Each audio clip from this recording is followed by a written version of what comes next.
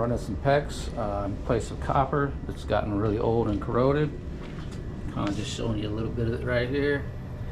Cut all that out. Starting at the meter, we're going to run PEX, run it on down. Also changed out the nipples. They were in bad shape, as you can see, and we got rid of those. There's some real bad parts on these pipes that were really bad. So we're going to run it on down, all the way down. We're going to make the connections here. These are going to be temporary until we're ready to run more PEX through the system.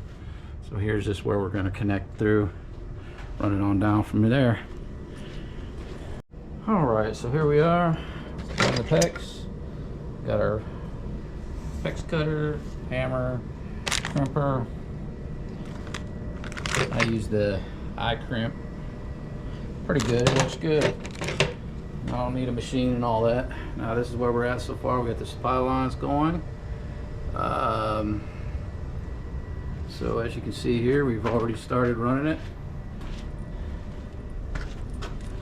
And water is on the meter, and this is holding good, everything where we want it.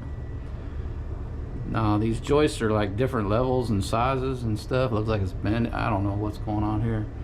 So we got to kind of work the pipes the best we can, you know, mount them as we can.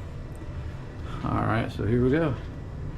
Just a little quick update of how we're doing. We still got to get all the way down that way, so we got to make one more join here, and we keep going down.